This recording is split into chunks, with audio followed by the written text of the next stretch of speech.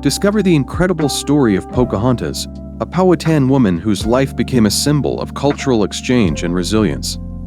From her early encounters with English settlers to her pivotal role in fostering peace and her transformation into Rebecca Rolfe in England, Pocahontas' journey is one of courage, sacrifice, and enduring legacy.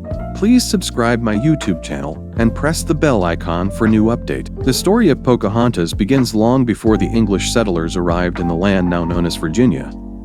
Born around 1596 as Amanute and later called Matoaka, she was a cherished daughter of Wahan-Senekau, the powerful chief of the Powhatan Confederacy.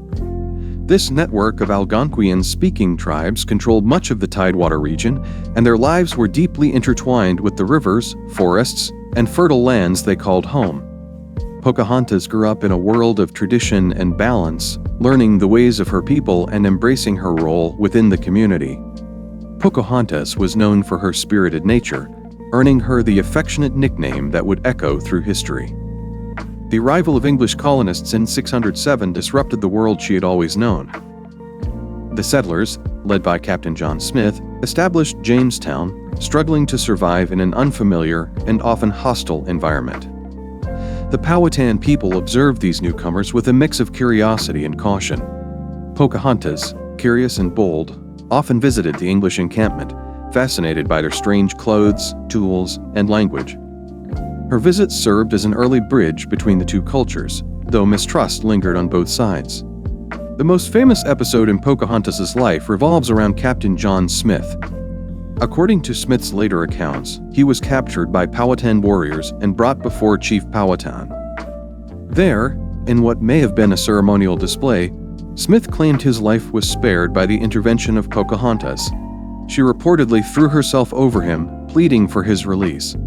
While some historians question the accuracy of Smith's story, suggesting it might have been misinterpreted or embellished, it endures as a tale of courage and compassion.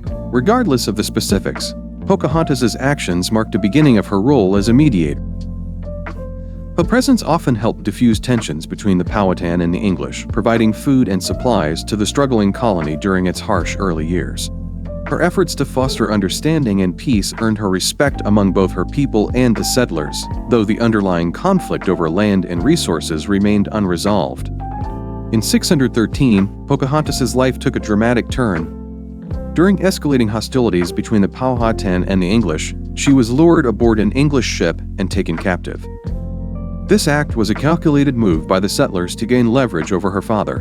Held in captivity, Pocahontas was treated with a mix of respect and condescension. It was during this time that she converted to Christianity, adopting the name Rebecca as a symbol of her new faith. Her conversion was both personal and political, a sign of her acceptance of English ways and a potential tool for peace. While in captivity, Pocahontas met John Rolfe, a tobacco planter. Their relationship blossomed, leading to their marriage in 614. This union was not merely a personal bond but a political alliance, fostering a temporary period of peace known as the Peace of Pocahontas. Their marriage symbolized the possibility of harmony between the two cultures, though it was also a reflection of the settlers' desire to civilize the indigenous people. Pocahontas embraced her role as a bridge between worlds, navigating the complexities of her dual identity with grace and resilience. In 616, Pocahontas traveled to England with Rolfe and their young son, Thomas. The journey was a significant event, intended to showcase the potential for assimilation and cooperation. In England, Pocahontas was presented as a symbol of the New World's promise, a civilized savage who embodied the success of English colonization efforts. She met King James I and Queen Anne, attended social gatherings, and was celebrated in art and literature. Yet beneath the surface of this public persona lay the struggles of a young woman far from home, adapting to a foreign culture while carrying the weight of representation. Pocahontas' time in England was short-lived. In 1917, as she and her family prepared to return to Virginia, she fell gravely ill. The exact cause of her death remains unknown, though smallpox, pneumonia, or tuberculosis are often suggested. Pocahontas died at the age of 21 in Gravesend, England, where she was buried. Her passing marked the end of a life filled with promise, sacrifice, and transformation. Her legacy, however, lived on through her son, Thomas, and the enduring narratives of her courage and compassion. The story of Pocahontas is one of complexity and contradiction. She was a daughter of the Powhatan, a mediator, a captive, a Christian convert, a wife, and a mother. Her life was shaped by the collision of cultures, embodying both the potential for understanding and the deep scars of colonization. Over time, her image has been romanticized and mythologized, often overshadowing the real woman behind the legend.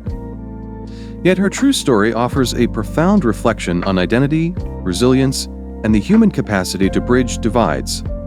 Pocahontas remains a figure of both history and legend, her name evoking images of bravery and connection. She is celebrated as a symbol of cultural exchange and peacemaking, though her life also underscores the complexities and costs of colonization. In exploring her story, we find not only the echoes of a distant past, but also lessons that resonate in our ongoing efforts to navigate the intersections of cultures and the legacies of history.